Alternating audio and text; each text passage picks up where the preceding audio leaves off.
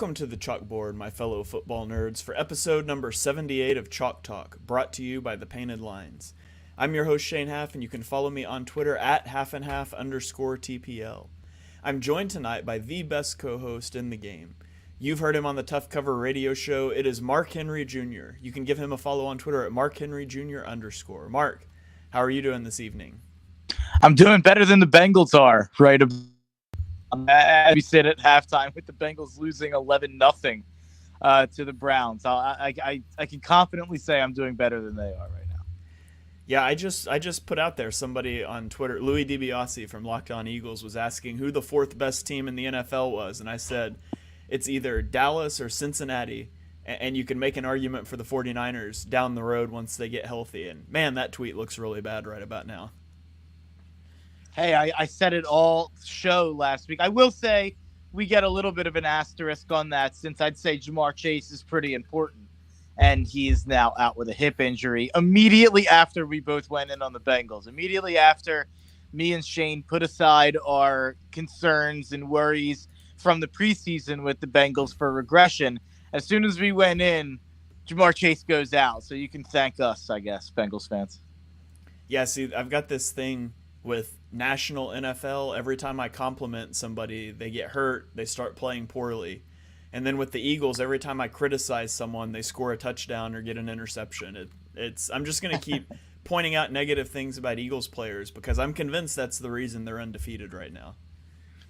Oh, yeah, 100%. It's like every time, this is going to go over your head a little bit, but we are in the middle of a Phillies playoff run. And by the way, shout out to the Phillies for bringing the rain on and postponing so me and Shane could do this review show on a Monday. I like this a lot, actually, while it's still fresh in my brain and I don't have to forget about anything.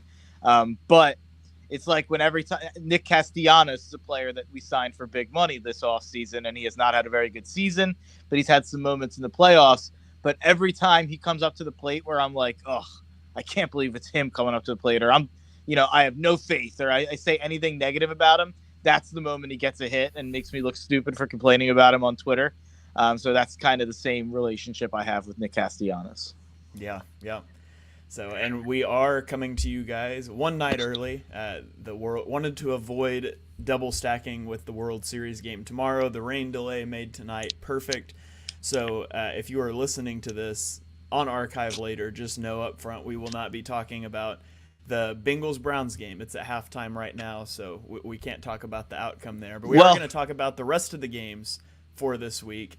When we're 2 hours into the podcast and the game is over, maybe we'll just throw it on the end to review it. That is true. It is possible the game will end before the podcast does. Although I do not have the multitasking ability to watch the game and podcast at the same time. That's next level if you're able to do that. Yeah, I was gonna do it, and I was like, I will get easily distracted. So let me just, I'll get score updates on my phone. There you go.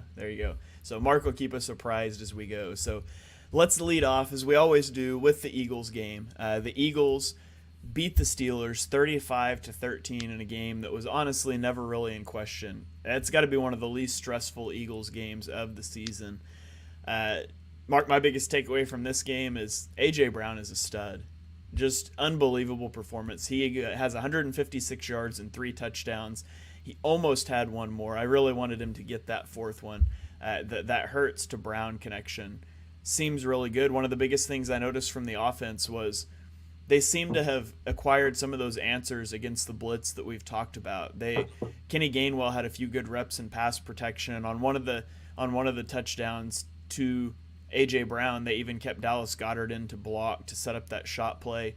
I thought they did a really good job of game planning for what the Steelers wanted to do, which is play a lot of single high, play a lot of blitz, put your cornerbacks on an island, and A.J. Brown and Jalen Hurts absolutely made them pay.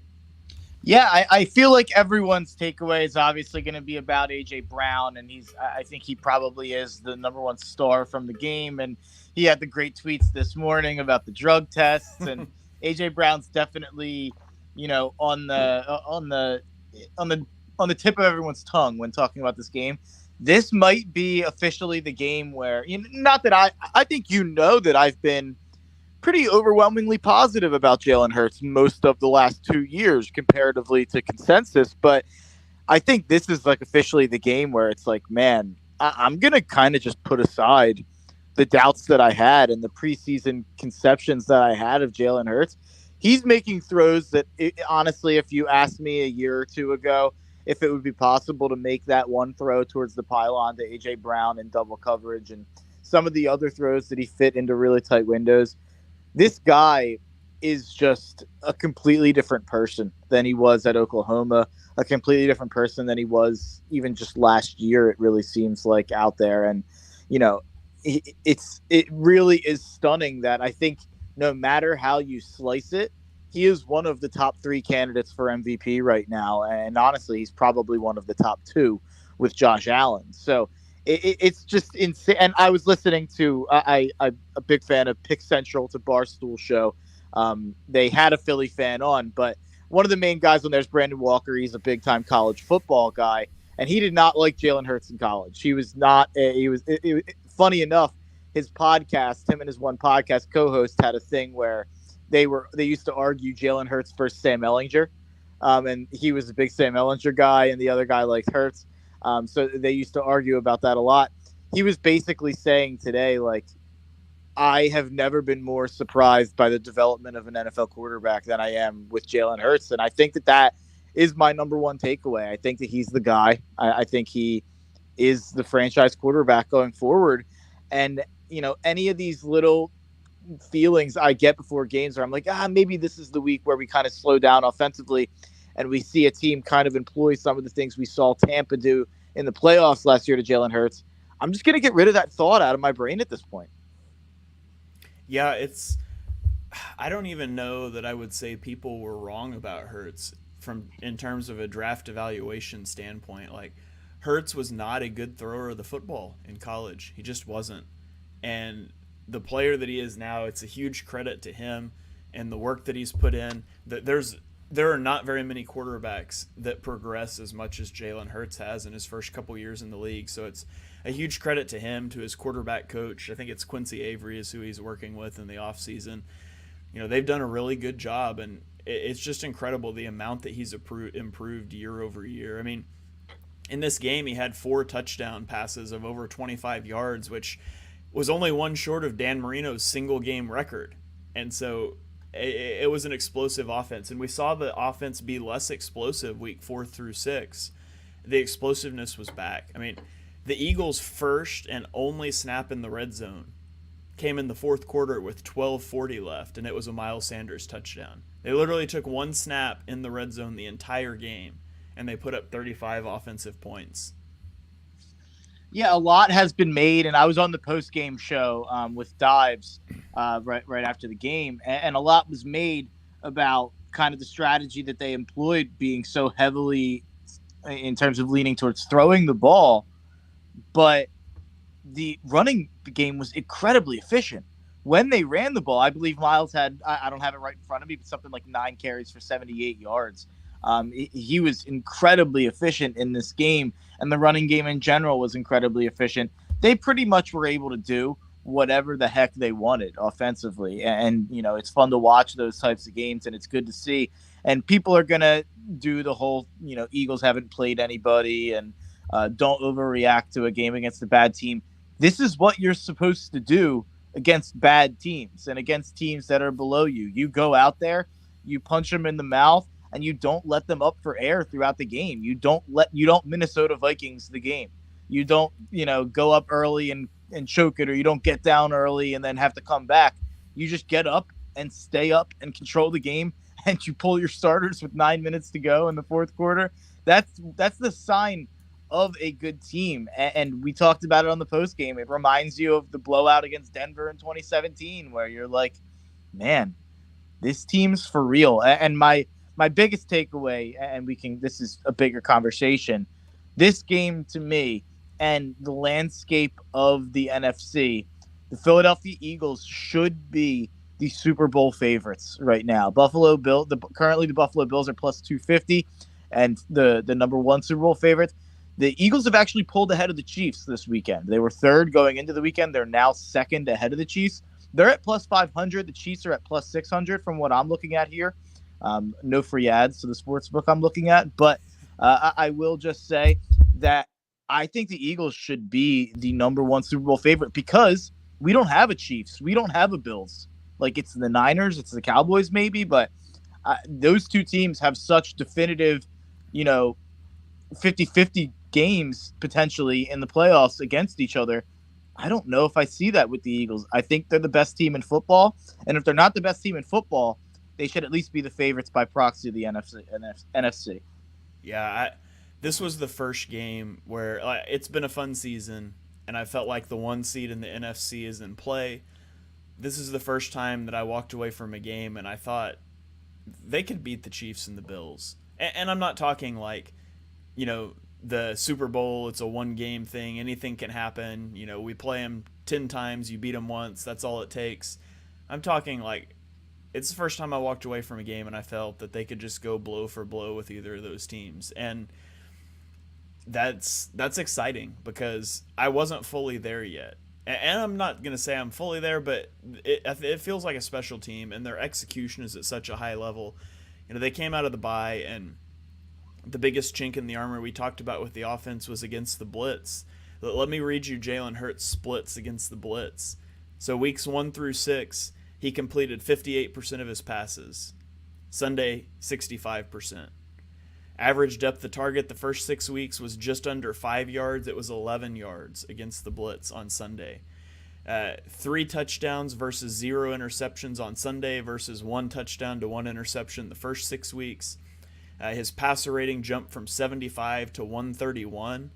His touchdown or first down rate jumped from 32% to 50%. Like, it's one game, but it really feels like that they figured out the biggest thing that was ailing their offense, which was how do you react to the blitz? And if they can take that and they can continue to play at the level they're playing on defense, and they don't even have to. They've got a ridiculous turnover differential. They're plus 14. The next closest team is plus 6. Even if you turnover luck, the offense turns it over a couple times. The defense stops getting so many turnovers. Those margins are still so big if the offense is playing that well. And so, I'm fully there with this Eagles offense and the defense for that matter. Where I'm not there is the Eagles special teams. I still am adamant the Eagles special teams will cost them a game. I mean, in this one, they turned a field goal into a touchdown on the opening drive. They allowed a fake punt later in the game that turned into a field goal. So of those 13 points, the Eagles special teams own 7 of those 13 points that were surrendered on the day. Yeah, a lot. They basically gave up 9 points, the defense, because, they lined up for that field goal, jump off sides, then they go for it. By the way, great play call by Pittsburgh there on the 4th and goal on the goal line. That was an awesome play call in a day where Matt Canada did not get a lot of praise on social media for the job he did for the Steelers. That was one good call by him there. But I mean, the defense was probably even more impressive than the offense in this game. When you look at the fact that Kenny Pickett had 5 yards per attempt, George Pickens, I thought that there was potential, and I said on my radio show that George Pickens could kind of give us some problems. If you look in the past at some corners or some receivers that Darius Slay has struggled with as a corner, you look at some big guys. You look at the Mike Evans, the DeAndre Hopkins, players like that. And I thought George Pickens, if he got switched on Slay at all, I thought that could be a problem. He had 0 catches in this game. They completely shut him down.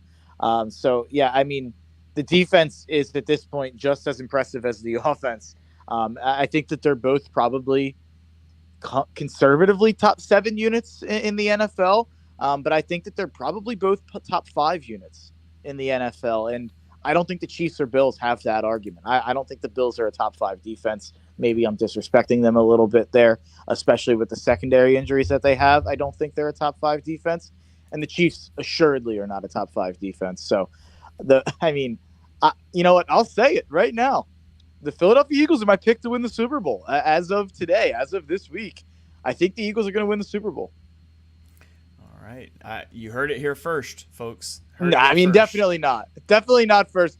By the way, this is a total tangent, but it kind of goes hand in hand with what I'm saying about the NFC. Uh, Everyone copied our segment last week on the fourth best team in the NFL. I swear I hadn't seen any football pods do a whole thing on the fourth best team in the NFL. We talked about it ad nauseum last week, and I gave the Bengals all of that praise. And then I felt like every single football podcast I listened to for the rest of the week, every show that I saw on TV, had that as a segment. And you know what? I just want to say that you're welcome, football media. We gave you your topic. There we go. There we go. Everybody's listening to us, right? Yeah, yeah. So I threw up here on the screen. This is from Ben Baldwin on Twitter, the NFL team tiers. And so in terms of EPA per play, the Eagles are number 3 in offensive EPA per play. And they're also number 3 in defensive EPA per play. Notably, that the Bills are actually ahead of them in both. Now, I don't know how that flushes out with EPA per drive or some of the other metrics. I just remember seeing that earlier today. But and then obviously the Chiefs have a much better offense in terms of EPA per play, but their defense is quite a bit further down there. So just some food for thought. Yeah, I'm surprised Dallas isn't higher on that list, to be quite honest. Yeah, I'm a little surprised too. I'd have to dive into the actual numbers. I knew I'd seen that chart earlier today. So got Edge of Philly Sports chiming in on YouTube, says Shane and Mark, the best in the business. Appreciate you guys. They agree. Eagles Super Bowl is on the menu. So, and by the way, I'm not I'm not the biggest homer rah they're gonna win the championship guy. Generally, I really am. I think Shane can attest to it. I tend to be pretty measured in my takes. I'm a gambler, so I always think of things with my gambling brain and think about implied probability. And if I'm betting on a Super Bowl winner right now, it can't be an AFC team, because I think the Bills and the Chiefs are the two best teams, two of the three best teams. I think the Bengals are really sneaky. As I said last week, the Titans have won 5 in a row. Not that they're a Super Bowl favorite, but we both picked the Chargers. If they got healthy and figured it out, they could be concerning. The NFC is just so much more wide open than the AFC. So maybe I'm saying that the Eagles are the team that I'm most sure will get to the Super Bowl. Maybe not necessarily saying that they win it, but yeah, at that point, yeah, you take that. Yeah, that makes total sense. If you were saying the Bills against the Eagles or the Chiefs against the Eagles, maybe you would slant a little bit one of the other directions. But the fact that those teams have to get by each other first, it makes you a little more hesitant to put money on that. For sure. San Francisco's the team waiting in the grass, I guess, but we'll get to them. I really feel like the Eagles are supposed to go on a run, and I know it's not saying crazy stuff about a 7-0 team, but it's just I really did think coming into this year that there was a clear ceiling because of how good I thought the NFC was going to be at the top, and it really just seems like the seas have parted. So I guess maybe that's a segue to the rest of the NFL. Yeah, one other thing we'll mention with the Eagles defense. So they hold the Steelers to 1-12 on third down, so they did a great job of getting off the field. The negative coming out of this game is the injury to Jordan Davis. Last I heard, they thought it was a high ankle sprain. I haven't seen that confirmed, but that's typically like a 4 to 6 or maybe a little bit longer injury. So the Eagles used Marlon Tuipulotu as that nose tackle in their 5-man fronts for a couple of plays right after Davis went out. It did not go well, and we never saw a 5-man front again. So that's something worth monitoring, as the Eagles are notably much worse against the run in their 4-man front. So I don't think it matters in the short term. You shouldn't have an issue with the Texans, or the Commanders in terms of a running game, but that's something that's worth monitoring down the stretch if the Eagles struggle to stop the run with Davis gone. But you do have to hope that, the fact that this team spends so much capital at that position and does have so many guys rotating in and out that are used to playing so many snaps, you do kind of have to hope that that kind of carries the day a little bit, and that, this hurts us a lot less than it would hurt another team to lose a Jordan Davis caliber type player. Yeah, absolutely. And we'll keep an eye on that going forward. And also, it's different for a defensive tackle coming off a high ankle sprain than than a wide receiver. The amount of weight and stress on that ankle. So we'll see how he comes back off of that, but should have plenty of time, to ramp back up for the playoffs. It's just hopefully that doesn't hurt their run defensive structure too much in the meantime. So, okay, let's roll on to the Thursday night game. The Baltimore Ravens traveled to Tampa Bay. They win this game 27-22. Baltimore had a 32. Oh, there we go. Mark, can you hear me? Yep, I'm in here now. Okay, perfect. So we're transitioning to Thursday night here. Baltimore had a 32-7 run to pass ratio in the first half. And this is a week after the Panthers ran for 173 yards without Christian McCaffrey, like 5 days earlier. And the Ravens just chose not to run the ball. At halftime, they come out, they decide, hey, let's run the ball. They ran the ball 5 straight times for a game-tying touchdown. And they sort of got back to their style of play. So it was kind of a weird sequence for the Ravens. I don't really know why that was the game plan. But my main takeaway from this game is Tampa is in major trouble. Like, their defense allowed 3 touchdown drives of 75-plus yards to a Ravens offense missing both Mark Andrews and Rashad Bateman. Defense was supposed to be the calling card for this team because the offense certainly isn't, and the defense is still bad. Now they lose Shaq Barrett. He's done for the year. I already mentioned the Ravens lost Bateman and Andrews in the game. They also lost Gus Edwards, and so it was a rough game all around in terms of injuries, in terms of play on the field. Brady looked rough. It's not just about the structure around him anymore. He's really struggling. The bright spot for me in this game, and the bright spot for this podcast, by the way, Isaiah Likely, the rookie tight end, who was in the top 100 of both of our draft boards this last draft. Mark Andrews goes down.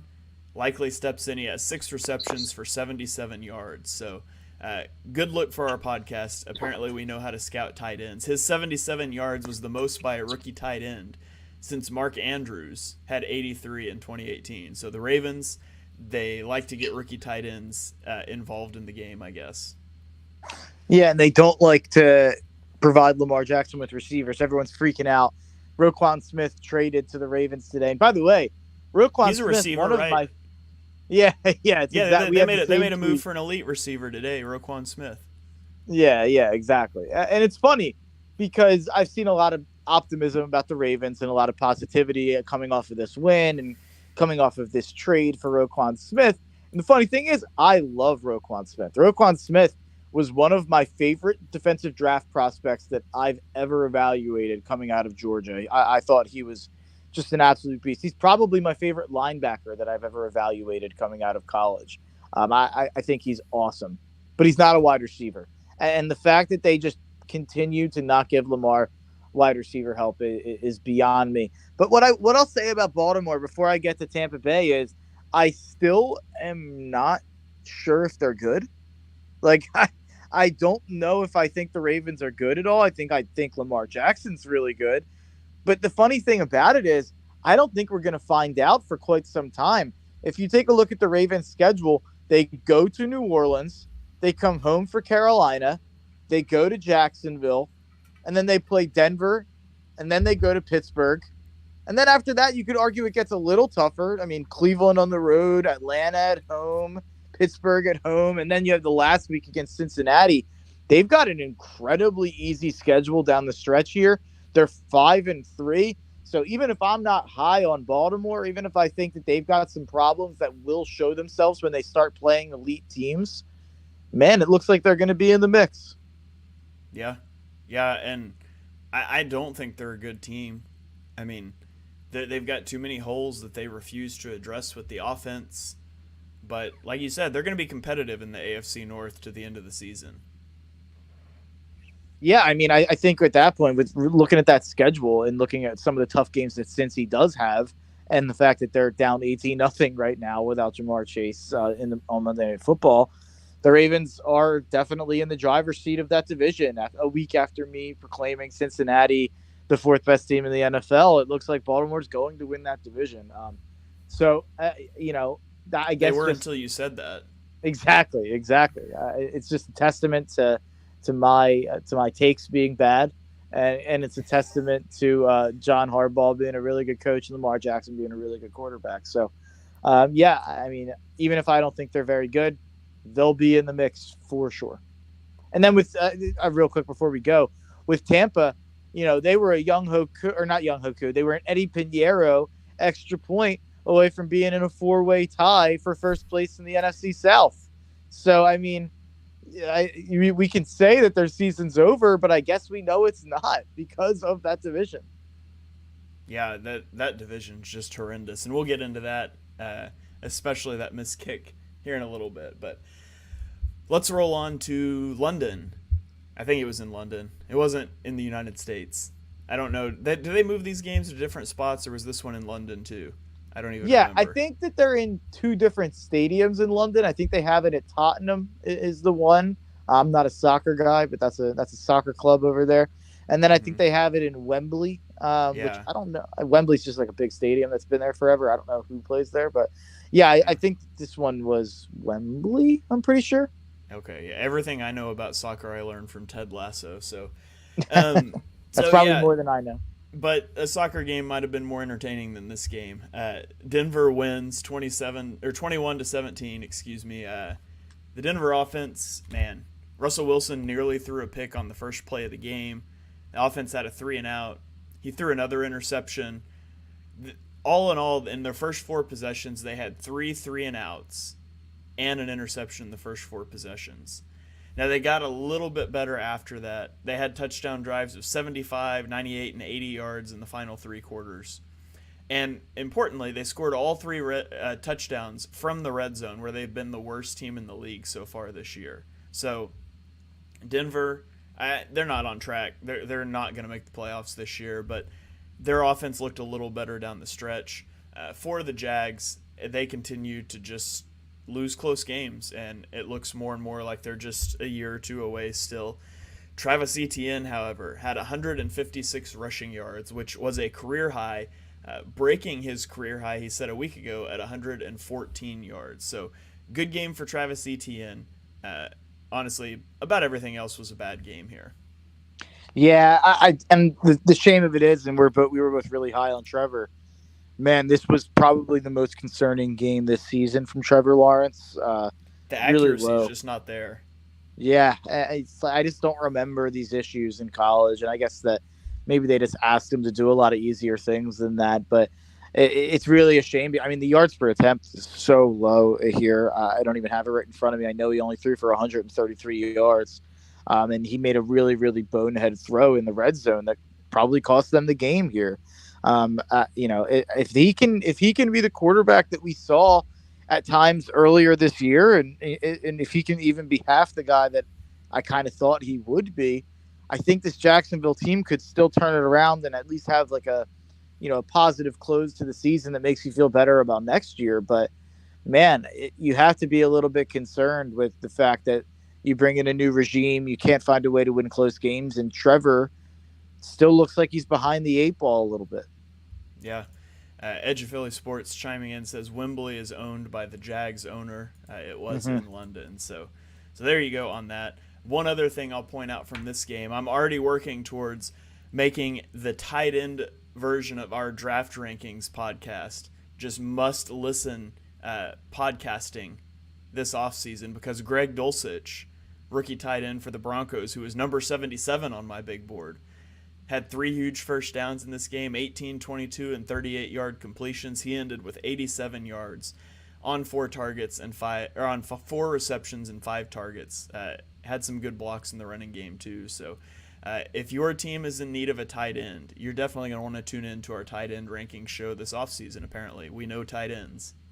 I think I was out on Dulcich. I don't think I was in on Dulcich, if I remember correctly. Yeah, you didn't have him ranked. I think you went through 100 and he wasn't. You didn't have a ranking on him, but I was checking our spreadsheet.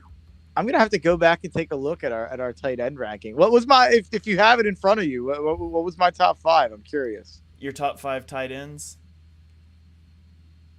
or your top 5 players overall? Yeah, tight ends. Yeah. Okay, I'll look that up while you start talking about the Carolina-Atlanta game. So Carolina loses 34-37 to Atlanta. I'll let you lead this one off, and I'll pull up the tight end rankings. how I don't even know how to lead this one off. I mean, this game, there's so many, it's like in the office. Oh, how the turntables. That's it. That's the end of the quote. But yeah, I this game was insane. It's probably the craziest game of the year. Maybe it might be game of the year if not for the fact that it was played between the Panthers and Falcons.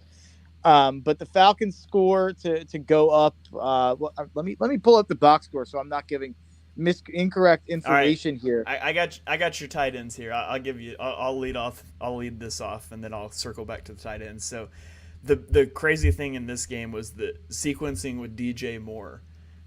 So, the Panthers are down 3. He drops a 4th and 17 pass. Would have been an easy conversion. Gives Atlanta the ball back, and they added a field goal to go up 6. Mm-hmm. Then he catches a beautifully thrown ball by P.J. Walker, a 62-yard touchdown to conceivably win the game, but he takes his helmet off in celebration, which is a penalty, moves the extra point back 15 yards, and then they miss the PAT to win, and then they went on to lose it in overtime. And both teams had chances in overtime. Marcus Mariota threw an interception in overtime. It didn't matter. The Falcons end up winning this game. They finally threw the ball with Mariota, which is something we've been saying to do or to go to Ritter. He was 20 of 28 for 253 yards, 3 touchdowns with 2 interceptions, 1 early in the game and 1 in overtime. Unable to push the ball downfield, though. He was 0 of 4 with 2 interceptions on passes of 20-plus yards for the game. Yeah, I mean, it was funny. So Eddie Pinheiro missed the extra point there for Carolina after it was pushed back, and then he misses the chip shot field goal in overtime after the Mariota interception. And it's funny, after the missed extra point where the game was going to overtime, you saw a lot of Panthers going up to him and being like, we got your back and don't get down.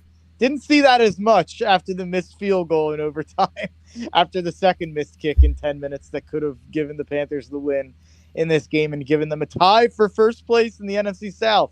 Think about how crazy that would have been if the Panthers were tied for first place in the NFC South after this week, but it was not to be. Deonta Foreman looked absolutely awesome for Carolina here. He was a beast in this game, scored a couple touchdowns. And then P.J. Walker, Patrick Mahomes tweeted it out.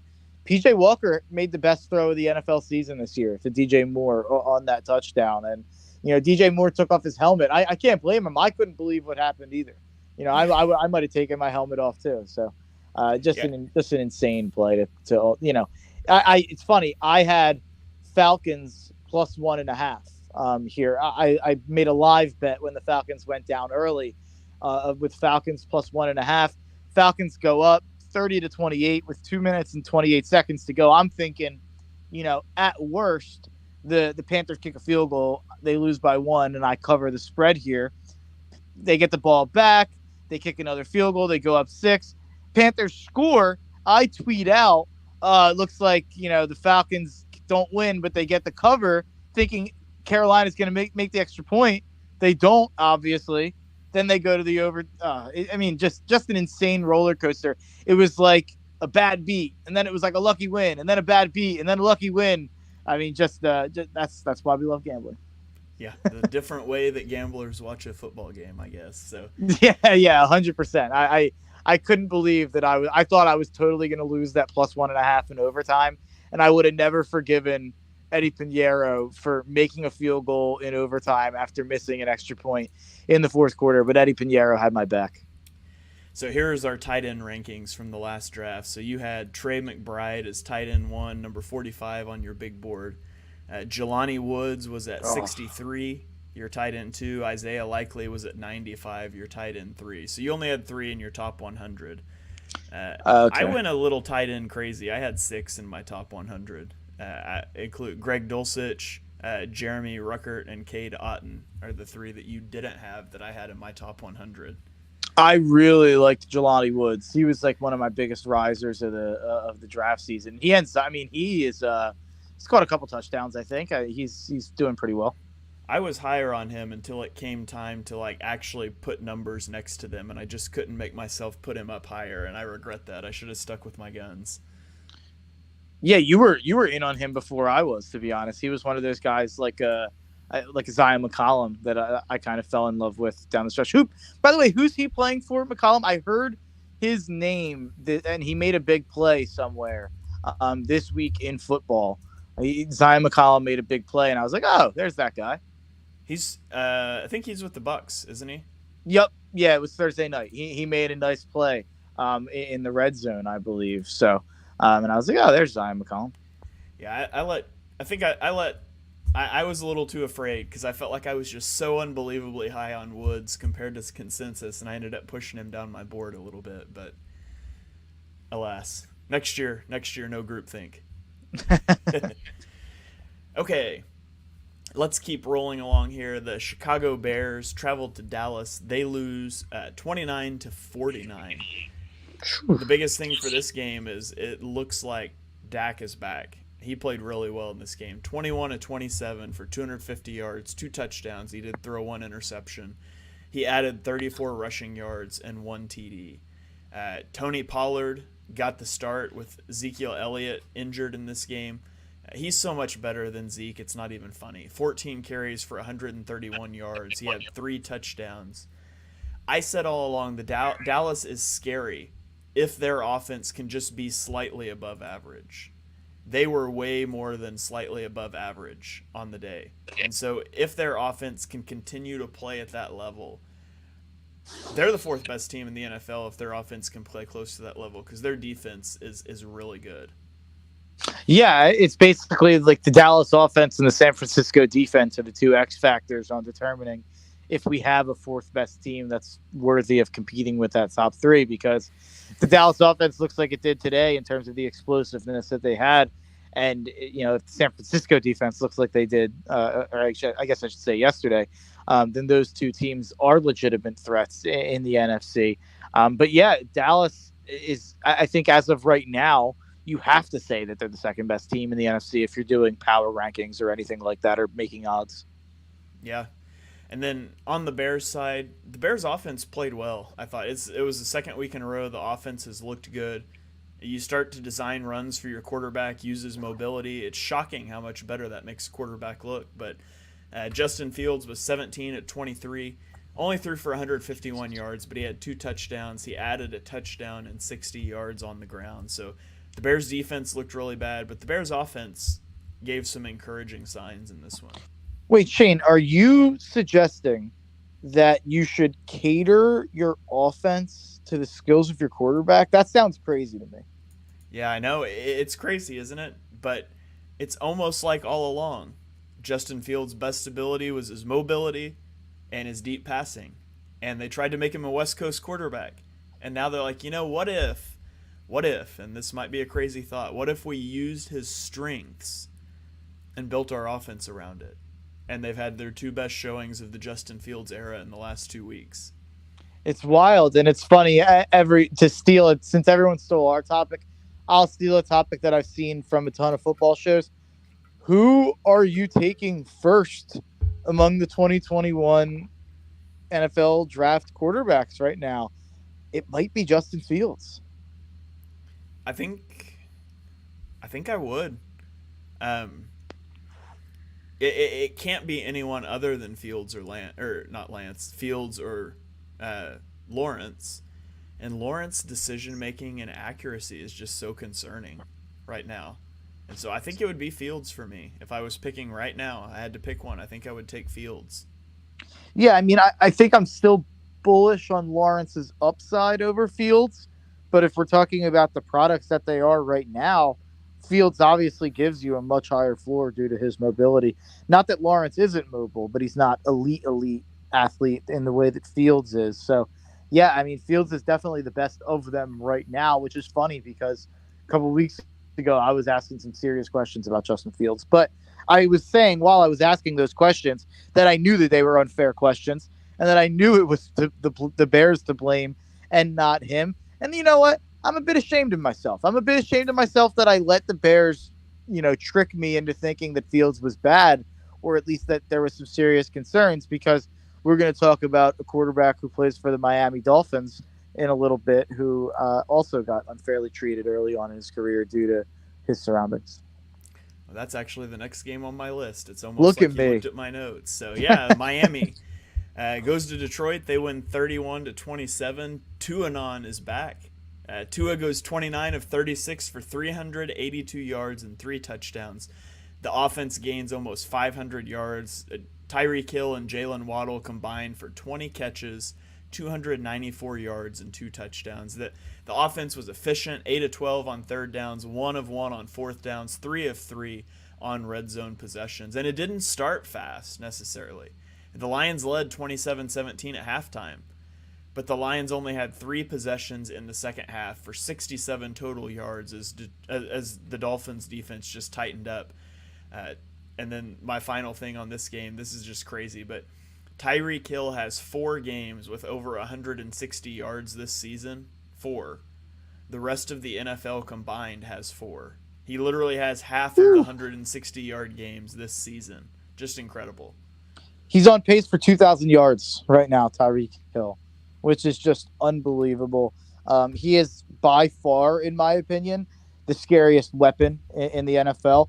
And I'd wager to say, I think he might be the most valuable non-quarterback in football, Shane. I know that that's a tough thing to say when you have the premier pass rushers that are Aaron Donald and, TJ Watt. And if you even want to throw in some of the top corners, I think you could make a serious argument that Tyreek Hill is the most valuable non-quarterback in football. I would have to think about that, but my gut reaction is I would agree with it. I'd have to give it a little more thought, but I think I'm with you.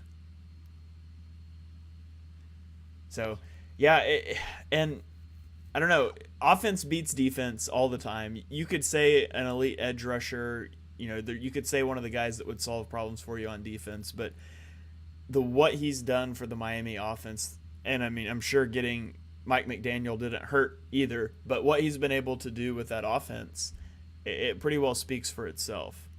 Yeah, and this is kind of, I think that the anti-Tua people out there are just going to point to Tyreek Hill, and I just personally said how valuable I think he is and how good I think he is, and they're going to point to Jalen Waddle, and they're going to point to a Kyle Shanahan disciple and say, this isn't about Tua, this is about him being in the perfect situation. And my response to that would be, well, you didn't let the absolute tragic situation he was in preclude you from crapping on the guy and trying to end his career in his second season. Not you specifically, by the way, when I said you there, but the anti-Tua people out there. And I just think it was always so incredibly unfair to write him off when, by the way, even when he was looking, when he was having bad games, they were winning at a pretty high clip under Tua, even as a rookie 2 years ago, even last year. They have always done better when Tua's in there win-loss wise than when they have a backup in there, or when they had Ryan Fitzpatrick in there, or Brissett last year, or Bridgewater, or Skylar Thompson this year.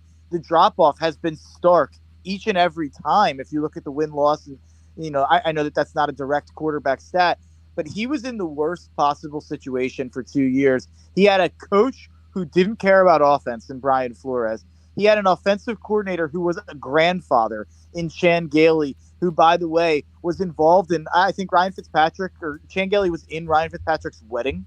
Like, Chan Gailey and Ryan Fitzpatrick had been on, I think he had been on a staff that coached Ryan Fitzpatrick 5 different times or something like that. So then Tua had to take a step into that situation with coming off of a massive hip injury and coming off of, I just think it was always so ridiculous to make sweeping generalizations about him being not an NFL quarterback or not a starter or a bad quarterback and everything that people were throwing at him. And people are going to mistake me riding and caping for Tua as me saying, he's a top 10 quarterback or me saying anything. All I'm saying is he's at the very least average, and he's probably above average at this point if you look across the quarterback play in the league. And, there was a time a couple months ago where I think I would have been laughed out of the building for saying something like that. So it's awesome to see how narratives can change so fast. And, with the Dolphins with Tua right now, the Dolphins are 5-0. Without him, they're 0-3. And I get that it's the perfect situation. That's what you're supposed to do when you have a young quarterback like Tua. Yeah, Yeah, it'll be interesting to see how they approach a second contract with Tua, who has some injury concerns. Obviously, once you pay the quarterback, you can't pay everybody else, and so they're going to have to figure out how they feel about him without all of those pieces. And But for right now, they don't have to figure that out right now. Right now, they can just enjoy the ride that's going to take them to, probably deep into the AFC playoffs. And I have a question for you. This is something that just popped in my head. Jalen Hurts and Tua Tagovailoa, if you just compared them, I think they maybe are in two of the most ideal situations in the NFL for a quarterback. When you talk about an offensive-minded staff, you talk about the receivers around them, you talk about the offensive lines in front of them. I think that they're probably in two ideal situations. And in Philadelphia, we have a certain anti-Hurts segment of people that we hear talk about how the supporting cast has propped him up. But nationally, you do not hear that. Like, you don't hear people poo-pooing what Jalen Hurts is doing. You hear people giving him full credit. While Tua, people dance around that. People don't want to give Tua full credit, and people want to point to the situation instead of giving him credit, when it doesn't seem to be that way with Jalen Hurts. Why do you think that is? I think, well, for one, you would take the Dolphins' weapons over the Eagles easily. I mean, you would take you said yourself, Tyreek Hill is the best non-quarterback in the NFL. For sure. He's more impactful than anybody the Eagles have in their receiver room. And then, I would take Jalen Waddle over Devonta Smith. I wouldn't take him over A.J. Brown, but so you look at their wide receiver 1 compared to the Eagles, wide receiver 2 compared to the Eagles. I think they've got better options there. So that's probably part of it. Part of it, too, is probably even goes back to how the Dolphins handled him as a rookie, with continually pulling him in and out of games for Ryan Fitzpatrick. Once that you got benched as a rookie thing is on you, it's going to take more than 5 games for people to change their narratives on that. So I think a little bit of it is the weapons around him are better, and then a little bit of it is probably the narrative as well. Yeah, it was just something that popped in my brain, and it's something now I'm going to track a little bit going forward. And it's also just, I should have brought this up when we talked about the Eagles. It's funny, the Jalen Hurts national opinion has always been so much higher than what it seems to be in Philadelphia, and it seems like it's catching up now. But man, I remember going into his second year, or at the end of his rookie year, I remember I was listening to one national podcast around the NFL. I always talk about it. And they were talking about Jalen Hurts in his last 4 starts of his rookie year, like it was, franchise-changing stuff for the Eagles, and how it was a foregone conclusion that they were going to trade Wentz and go with Hurts. And I was like, oh, okay, that's interesting that they're being so positive on Hurts. And then I went and listened to an Eagles podcast right after, where it was telling me how bad Hurts was and how there was no chance he'd be the guy and how they were going to keep Wentz. So it's funny, the national opinion of Jalen Hurts, in my opinion, has always been higher than consensus and higher than what it is in Philadelphia. So I wonder what that is. It's just something that I've noticed a little bit. See, I've been having the opposite experience. I almost wondered if Eagles fans have become too optimistic on Jalen Hurts, because let me tell you, I had the audacity. Yeah, I had the audacity to point out one play yesterday where he dropped 12 yards deep in the pocket and he got his arm hit when he was trying to throw, and it was a perfectly clean pocket, and I just pointed out he should have stepped up in the pocket, that Lane Johnson did his job, he didn't get beat. And I got lit up on Twitter for the rest of the day by people, and I was like, seriously, like, you can have a great game and make a mistake. So I almost feel like Eagles fans have swung too far in the other direction now, that you can't point out any mistakes from Hurts, despite the fact that he walks into a press conference after a game where he played phenomenally and he starts talking about all the things he needs to improve on. But, heaven forbid an analyst talk about one mistake that Hurts made on one play, or you're going to have to mute Twitter for the day. No, I mean, definitely at this point, the Philadelphia opinion has caught up and probably surpassed any of the national opinion. But I just always kind of felt like they were a little bit more in on him than we were, even coming into this season. Yeah. Okay, let's roll on here to another game. We got the Cardinals traveling to Minnesota. Minnesota wins this game 34-26. Kirk Cousins goes 24-36 in the game for 232 yards and 2 touchdowns. He also had a rushing touchdown, and it was not a QB sneak. It was a 17-yard rushing touchdown. So Kirk Cousins getting wheels. Maybe they should drug test him today. Meanwhile, Dalvin Cook has 20 rushing attempts for 111 yards and a touchdown. Zadarius Smith had 2 sacks. He left the game with an injury. He came back and he got his 3rd sack. So the Vikings looking good. For the Cardinals, we've talked about the Cardinals a lot this year and what we think, but you can't deny the impact that DeAndre Hopkins has on the offense. He had 12 receptions for 159 yards and 1 touchdown on 13 targets. So he's such a big part of the offense. Minnesota, though, I don't know. They might be a little bit of a paper tiger. Certainly, they need to learn how to seal games. They missed an extra point that should have sealed the game. They had to sweat it out till the end. There's some questionable play calling in key situations. Like they had a 3rd and 1 where they called a pass, and then on 4th and 1 they went for it and passed again. Not ideal. They had a blocked field goal, so lots of room on the margins for the Vikings to improve, and yet I just don't have the feeling they're going to do that. They just seem like a team that is going to continue to win sloppy games and make mistakes that they don't correct that may or may not come back to bite them down the road. Yeah, I mean, I perfectly predicted what the Vikings would be this year.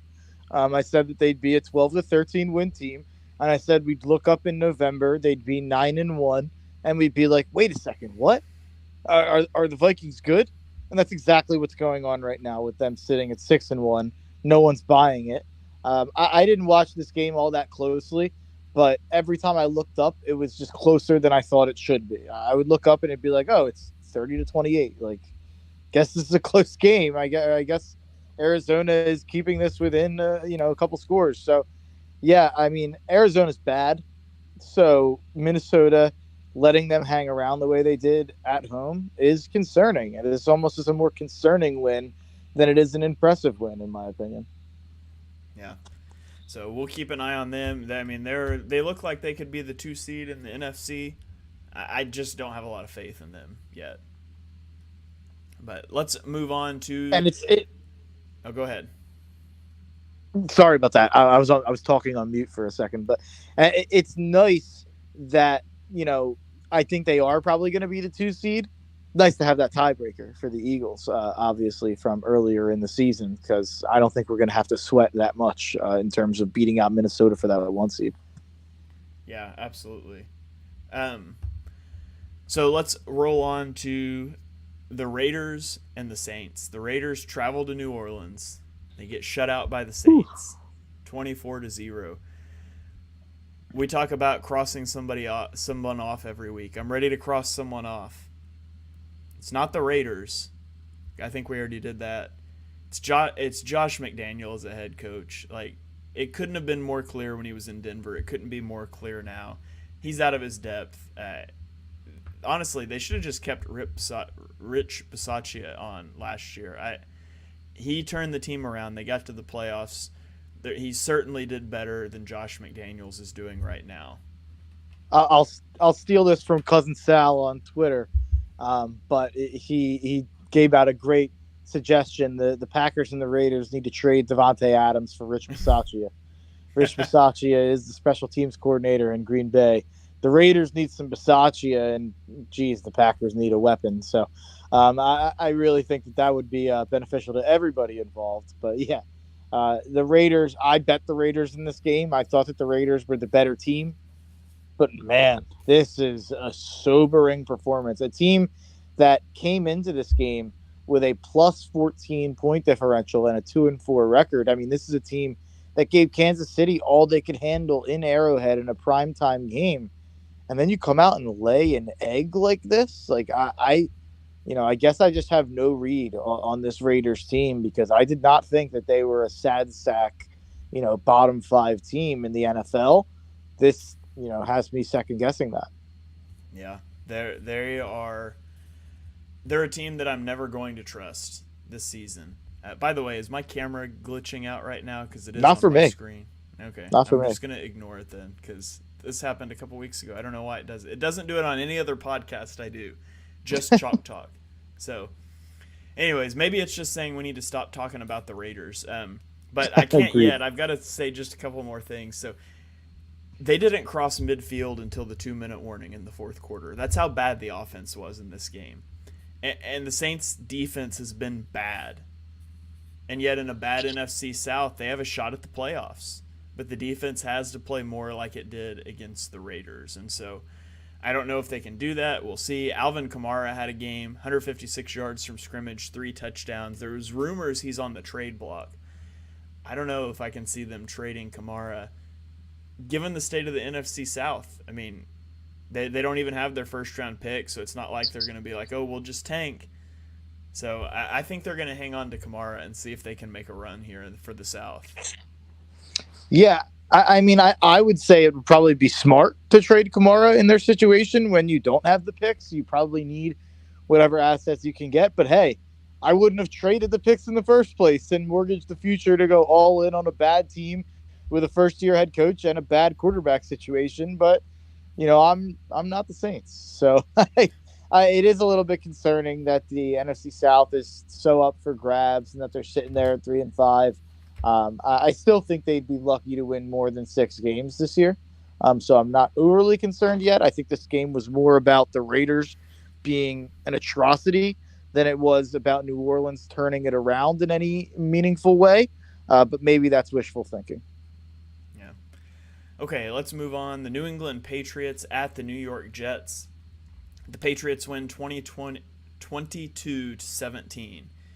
Mac Jones was the flavor of the week at quarterback. He played the entire game, took 6 sacks, and was 0 of 4 with an interception when he was under pressure. But the Patriots just did, I mean, this is the best possible game plan against the Jets. Just play and let Zach Wilson implode. He had 3 interceptions in this game, including one on an attempted throwaway where he just didn't get the ball out of bounds. I'm just going to go ahead and say it. If the Jets want to make the playoffs, they need to bench Zach Wilson and put Joe Flacco back in. Not that Joe Flacco is a good quarterback. Zach Wilson is not a top 35 quarter. Zach Wilson is not a top 40 quarterback in the NFL. Not a top 40 quarterback.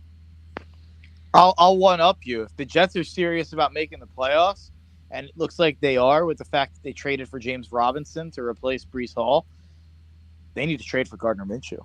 They need to call up the Eagles, give up a third, go get Gardner Minshew, bring him in, let him study under Flacco for 2 weeks, then plug him in, or give Mike White a chance. I don't even know if he's still on the roster, but Mike White had a couple moments last year. I've seen more from Mike White in the 2 to 3 games he started last year than I've seen from Zach Wilson in the however many 15 plus games that he's started over the last 2 years. Zach Wilson was always overrated as a prospect coming out of BYU, as a college quarterback. And I mean, I guess he's not even overrated because I think most people know he's bad at this point.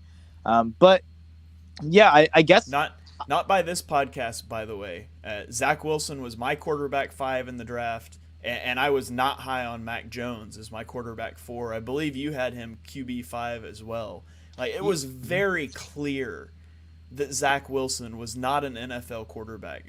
That play style does not work. That Mormon Manziel was his nickname in college. How far did Johnny Manziel go? When you cannot play at all inside of structure, you just win running around behind the line of scrimmage for 10 seconds like a chicken with your head cut off and then launching go balls on scramble drills. That does not translate to the NFL. It never has. It never will.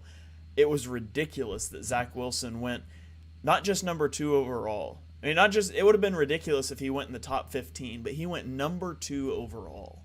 Just that's a franchise killing move that, to be honest, they've seemed to recover pretty well from. I wonder now, though, if they're going to be in Colts territory where their roster is too good to be bad enough to go get the quarterback that they need.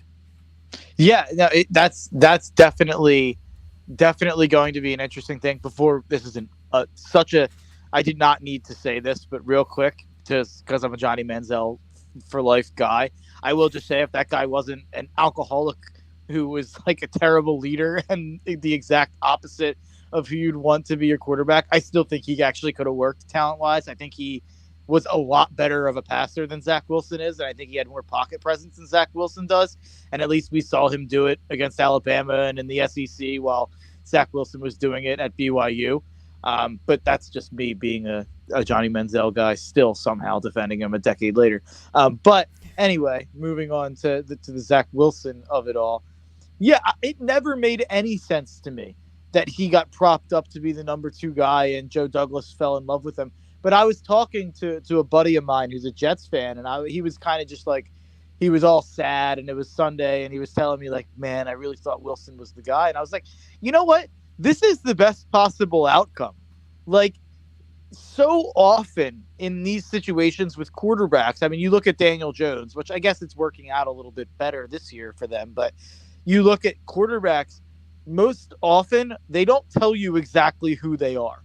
They're not either like you give a guy a chance to be the guy, and either they are definitively the guy or they're definitively not the guy, because most quarterbacks live in that middle tier. Most quarterbacks live in the depending on the day tier. And it's good to see, honestly, for the Jets that they don't really have a decision to make. They know what the decision is. He's not the guy. So I think it's better to know that he's not the guy than, honestly, to be in the situation that the Patriots are in with Mac Jones. Yeah, well, that situation's pretty clear too, but we won't litigate all that here either. That situation was as clear pre-draft as this one was, that he was not going to be a guy to build a franchise around. But anyways, all the bad QB drafting aside, Bill Belichick does now move into second place in the NFL for career head coaching wins. He trails Don Shula by 23 wins. Mark, do you think he stays, or is he going to coach long enough to break that record? How old is Belichick? He's got to be in his 70s, right? That's a my good guess question. would be 74. That'd be my guess. I will look it up. But the way the Patriots are trending, 23 win. He's 70. Yeah, he'll be around. I think he'll get it. I mean, the way the Patriots are trending, 23 wins. That might take him 3 years, but might take him 4 years. I don't know. They're not a particularly good team right now, and they definitely don't have a good quarterback. But 23 wins, I think he'll get there. I saw a really interesting take. I really wish I could give someone the credit to attribute it to, but I can't remember who it was. But they were basically saying that the problem within the Patriots organization right now is that Belichick can't hold anyone accountable because he can't hold his son accountable. Steve Belichick being the defensive coordinator, they were basically saying, once you give up 50 points to Buffalo and fail to stop them on any drive in the playoffs last year, any other defensive coordinator probably gets fired, especially by Belichick. You're not going to fire your son. And then once you go down that slippery slope, you're not going to start, holding your Matt Patricias and Joe Judges accountable for what's going on the offensive side of the ball. So it's interesting that nepotism could be what finally takes down the Belichick era, I guess. Yeah. We'll see. They've got 8-9 games left this year. I would say 2 more years. He needs 2 more years. Maybe he can get there. Well, I guess it'll probably be in the 4th year, like this year, 2 more years. It'll probably happen like early in that next year. Yeah. Okay. Well, we'll move on from speculating about Bill Belichick's future to talking about the Titans, who beat the Texans 17-10. Derrick Henry had his 4th straight 100-yard game.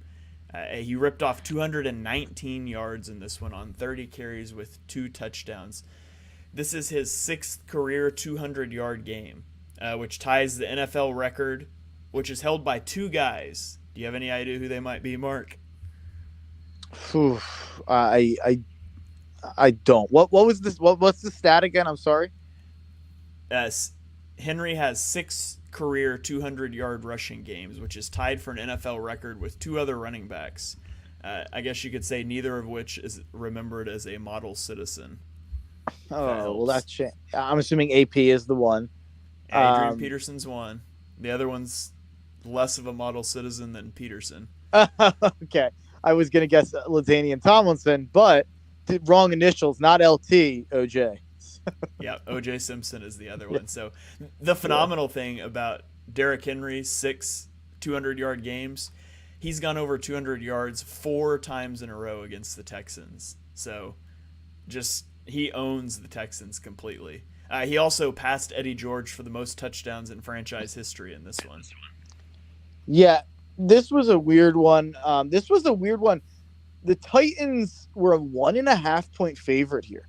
Vegas gave Houston a ton of credit, or I guess they gave Tannehill a ton of credit, and Malik Willis was not good in this game whatsoever.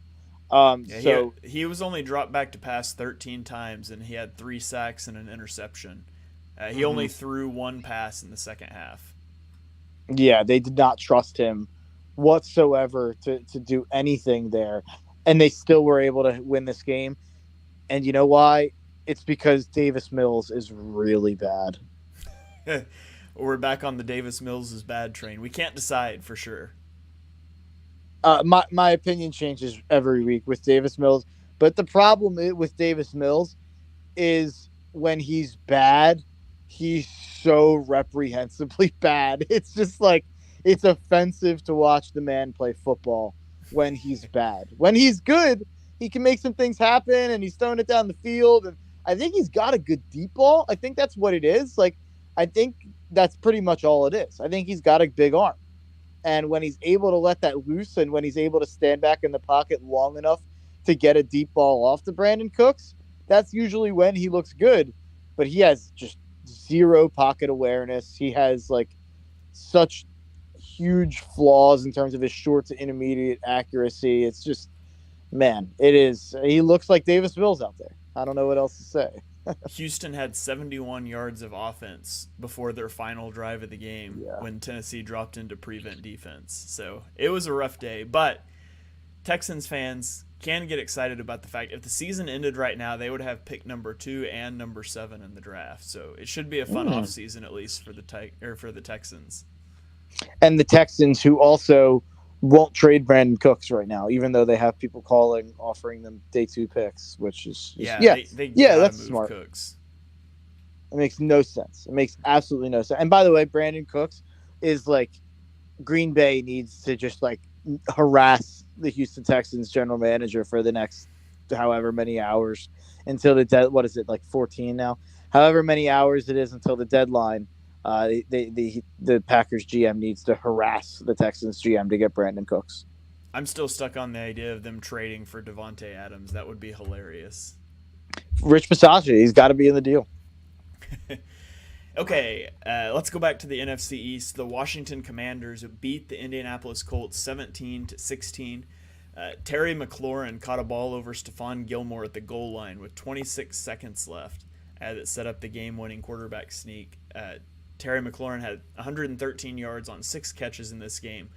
I'm sure he wished he would have gotten into the end zone on that one, but to pad the stats a little bit, 8 of the Commanders' first 9 possessions went under 30 yards, but they came alive late in the game with an 82-yard field goal drive and then an 89-yard game-winning touchdown drive as they win their 3rd straight game since Carson Wentz got injured.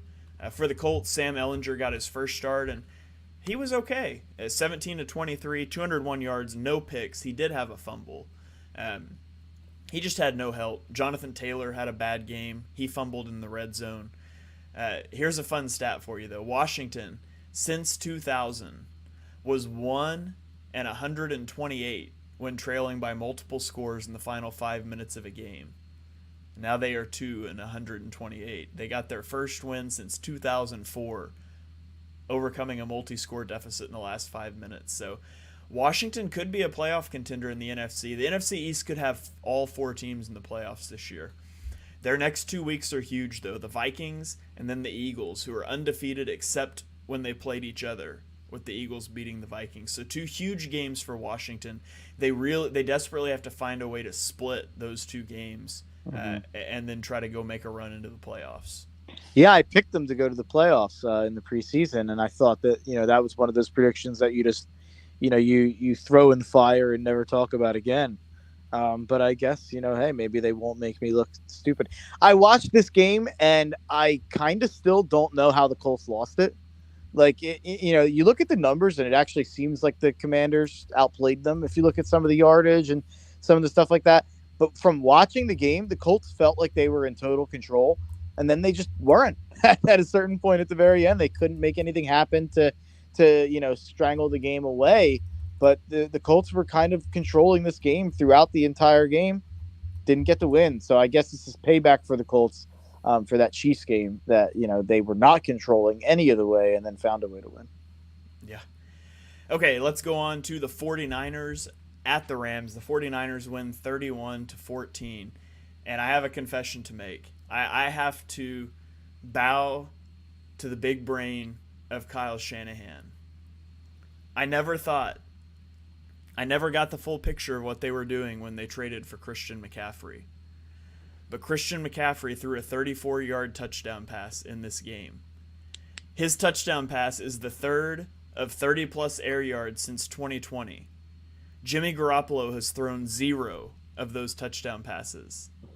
Trey Lance and C.J. Beathard have the others. In fact, Jimmy G has never in his career thrown a 30-yard completion outside the numbers. Ever. But after Christian McCaffrey did it, Jimmy Garoppolo did it later in the game. So I thought they were trading for a running back. I didn't realize they were trading for a running back / QB coach in Christian McCaffrey. So I bow to Kyle Shanahan. I never saw that coming. The 49ers are going to the Super Bowl on the back of Christian McCaffrey, the QB whisperer. And it's funny because, we spin it that way. Jimmy Garoppolo may have played the best game of his career in this game. He played, from what I saw, I felt like it was a near perfect game.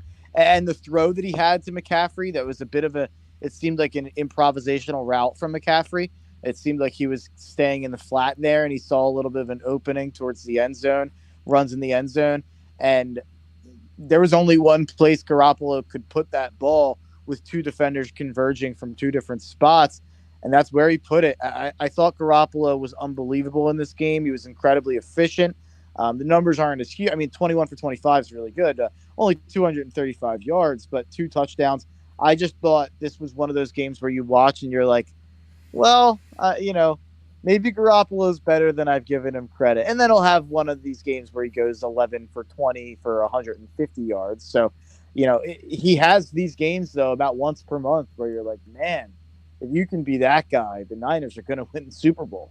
But they still have some injuries to work through. They played this game without Debo. So there is definitely some realistic expectations of what this offense can be when you have Jimmy G playing well, you have McCaffrey running and catching the ball, you have Ayuk, who's really taken a step this year, a guy who I've always really liked.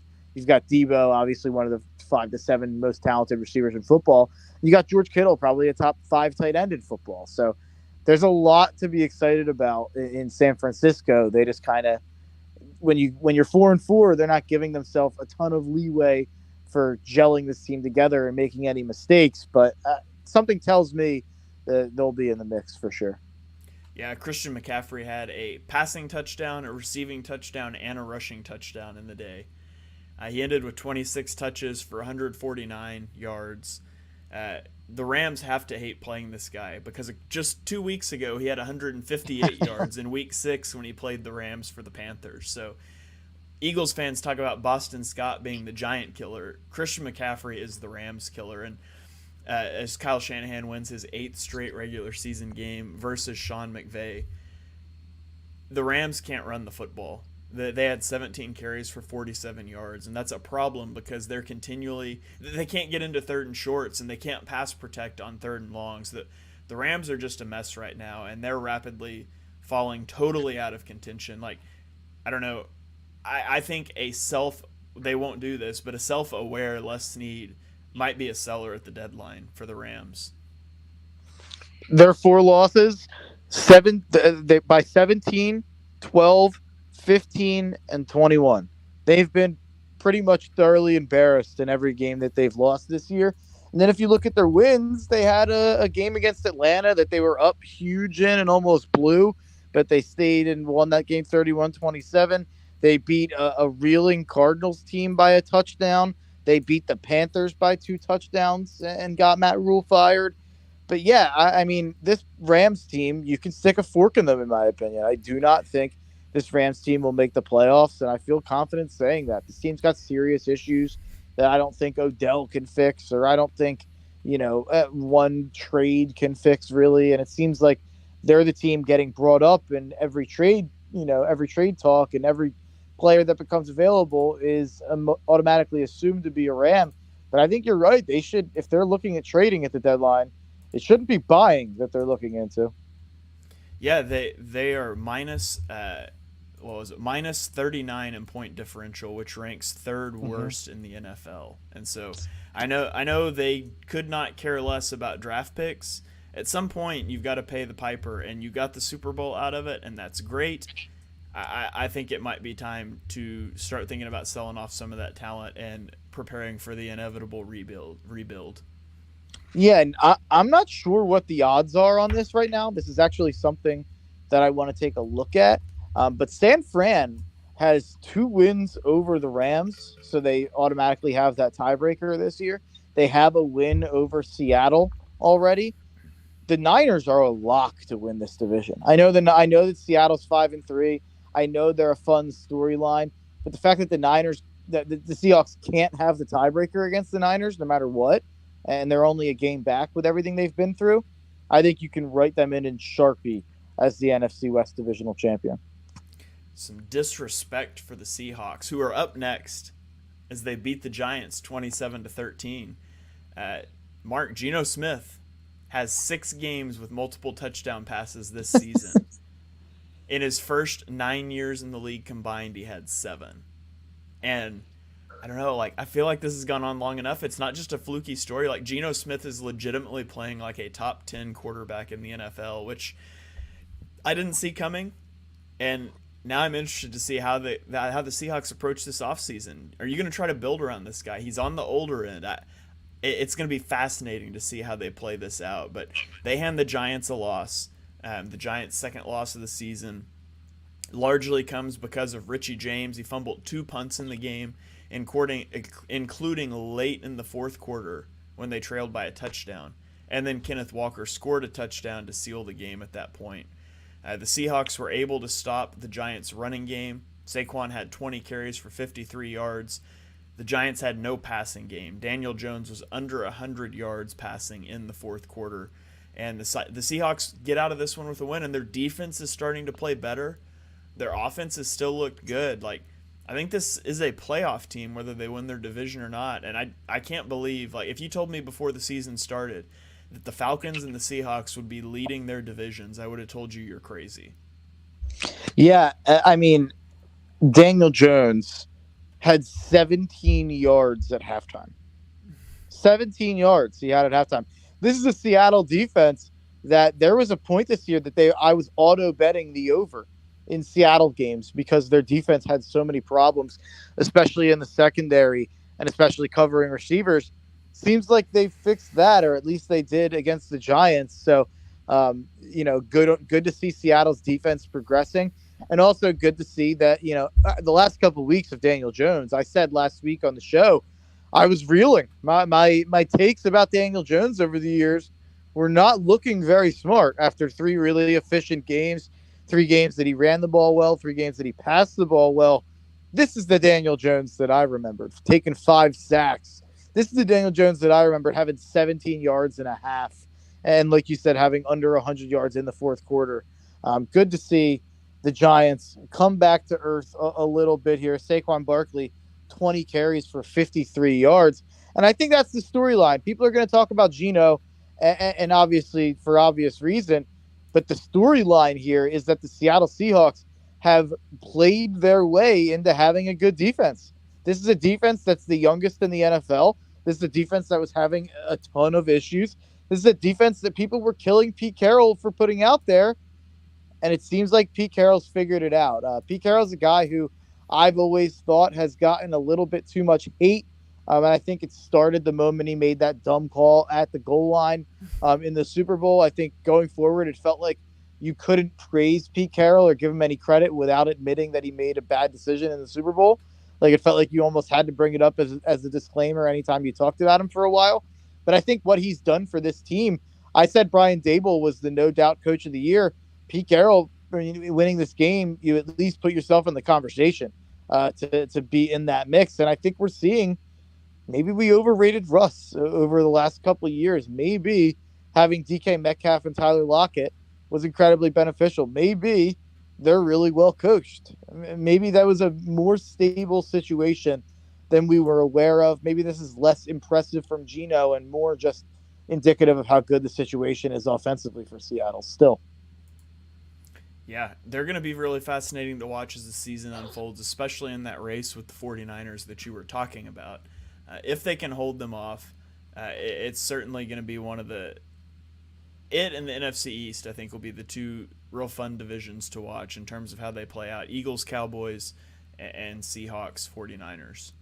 Yeah, I think they'll be a wild card team. I do think they'll be a wild card team. And I think this win against the Giants really helps them in that race. Because I think the Giants, even though they started 6-1, I don't think anybody would be too shocked to see them win 8 or 9 games and miss out on the playoffs. Yeah. Okay, let's roll on to our last game. Shockingly, at about an hour and 20 minutes in the podcast, that's normally where we hit the last game. By the way, the Bengals game's over. The Browns won 32-13. So we did, the game did end before our podcast. All right, you did call that. However, I cannot talk about it intelligently because I haven't watched a snap. Trick or treating with the kids, and then obviously doing the podcast. I'll have to catch that on the condensed version tomorrow. But seems like you didn't miss much. Yeah, it sounds like it. So another clunker in prime time. It's good stuff. So Sunday Night Football, Green Bay traveled to Buffalo. They lose, which I think everybody expected. They lose 17-27. Green Bay dropped its 4th straight game. It has failed to score 22 points in all 4 of them. They're 3-5 while Minnesota is 6-1, and it really feels like time is just running out on the Packers. And I thought their offense looked a little more encouraging at times, but time's just running out. It's a numbers game at this point, and I think it's going to end up being too little, too late. On the Bills side, the Bills start 6-1. Josh Allen has a passer rating in this game of 156.3, perfect passer rating when targeting Stephon Diggs. He has another 100-yard receiving game in this one. James Cook got involved, which I've been clamoring for. He had 5 carries for 25 yards, 1 reception for 41 yards. The Bills at 6-1 have their best start since 1993 when they made a run to Super Bowl 27, and they lost. The Bills have started 6-1 3 previous times. Mark, what do you think was the ultimate result of those seasons? 3 losses in the Super Bowl, if I had to guess right. 3 Super Bowl losses. So for the 4th time, the Bills are 6-1. We'll see if it culminates in a Super Bowl loss again. For the Giants now fall 2 games back in their division, which is a big deal.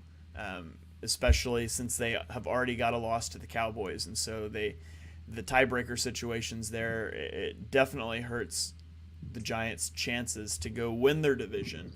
It doesn't really hurt them in terms of just generally making the playoffs. But, so Buffalo wins this one. Josh Allen looks like a beast. He's playing on a ridiculous level. Like you said earlier in the show, it is a 2-game race between Josh Allen and Jalen Hurts for MVP right now. Yeah, it definitely has to be. And I'll just give a quick shout out to the Packers for covering +11 here. That was my best bet of the week, and they covered it. The Bills are not a team that very often pours it on and blows you out. They did it against Pittsburgh, but they haven't scored above that. I think they scored above 27 once over the last 5 games now. It's weird. I don't think the Bills are the world beaters that people want to make them out to be. Like, I don't think they're markedly better than either the Eagles or the Chiefs. And I think if you look at the odds and if you follow the way people talk about them, they are talked about as if they are the definitive odds-on Super Bowl favorite. So I don't necessarily agree with that, and I think that it's a bit of a misjudgment there. But they're obviously a top 3 team and one of the best teams in football and probably the most complete team in football, maybe right there with the Eagles. But Josh Allen is unbelievable, and the things he can do in terms of running dudes over and then just throwing it on a dime. I mean, he's quite obviously the second best quarterback in football. And I don't have much more to say about this game, but my question to you is, obviously, if Mahomes and Allen are 1-2, who's the third best quarterback in football right now? Right now, Yeah. it's got to be Hurts, right? The way he's playing Yeah. right now, he's got to be up there. Yeah, I guess I'm just saying from a like, who are you taking going to win a game regardless of situation? Like, I think well, I guess it's tough to say this. We didn't watch the game tonight. I think it might be Burrow. I mean, if we're going like, if they can be fully healthy, I'm taking Herbert easily as number 3. But Herbert's not healthy right now. Well, the whole Herbert over Burrow thing is not looking great. Yeah. That's all I'm gonna say. Agree to disagree, but yeah, if we can say Herbert's fully healthy, I'm taking Herbert. If not, you could throw Lamar and Burrow and Jalen Hurts into the conversation, right? But I don't think Hurts is not as good outside of the situation that he's in Philadelphia. This offense has been catered to him. It's set up perfectly, and I'm not saying he's not a good quarterback. So I would probably say, if we're removing them from their structure, I would go Herbert and then Burrow, Lamar, Geno Smith. I don't. That's just seems like a ridiculous statement to say, but that's where we're at. Yeah, I think I didn't even really think about Lamar, to be honest. It's probably Burrow or Lamar for me. I do think we do have to start having a conversation at some point that we can't just put Herbert in these conversations until he does something. But I know that that's not necessarily his fault, and I know that there's this sounds a lot like what you said about Justin Fields 2 weeks ago. I know, but this is a little bit different. My Justin Fields thing was saying if I think he could be a starting quarterback or not. This is saying whether I think someone deserves to be like ranked as the third best quarterback in football. So I do think at that point you're allowed to put some qualifiers on it. But I've always been higher on Burrow than Herbert than you, and I've always been a bigger Burrow guy in general. But I think what he was doing over the last couple of weeks, it really felt like he was at the peak of his powers again. But obviously, I didn't get a chance to watch tonight. So maybe this is something we'll revisit again next week. Yeah, maybe so, especially after we get to watch that game. And we'll have another set of data getting another week's games. Although I'm convinced we will never learn anything about Justin Herbert as long as Joe Lombardi is his offensive coordinator. True. But we can learn some more about Burrow. Not that he's dealing with the genius of all play callers in Cincinnati either, but I do agree. At least have some receivers, we'll say. Yeah, I mean, well, the Chargers don't have receivers this year. They definitely had them last year. Yeah. So, all right. Well, I think that is about going to wrap it up. Like I said, if you are a Bengals or Browns fan, we recorded starting at halftime, so no real takes about that game, but maybe we'll get you into the next podcast next week. So I think that's going to about wrap us up here. Mark, do you have any final thoughts for us that you want to get out here? My final thoughts, I guess, since I did watch the first half, I'll just throw out my Bengals-Browns thing. The Browns can run the football, and it seems like they probably should have been doing more of that over the last couple of weeks. There's been games where Chubb's gotten 12 attempts, 14 attempts, and it's by far the best thing that they could do, especially with Jacoby Brissett back there. And it seems like they kind of just ran bully ball on the 2 drives that I saw where they got a touchdown and then a field goal to go into the half 11-0. They scored a touchdown, and then because they couldn't stop the run, they just lined up for a 2-point conversion and ran Chubb again right at the line, and they got a 2-point conversion. So the Bengals might have a problem in terms of their run defense, but that's something that I'll have to watch the second half and look more into. But my final thoughts: just check out the Tough Cover Radio show every Saturday, 11 to 1 on the Gambler on iHeartRadio. Definitely in the swing of things right now. Hopefully. Hopefully we do, depending on how the World Series goes. But hopefully we don't have a World Series game to talk about on Saturday, but we probably will. So tune into that show. All right. Be sure you check out all of Mark's stuff and my stuff. Thank you guys for joining us for episode number 78 of Chalk Talk. If you enjoy what you heard on the show, and we know that you do, be sure you smash that subscribe button, turn on notifications so you don't miss the next episode. Any 5-star ratings, reviews on Apple Podcasts is greatly appreciated. You can follow us both on Twitter. I'm at _TPL. He is at Mark Henry Jr. _. So from me, from Mark, and from the Painted Lines, we will see you guys next time.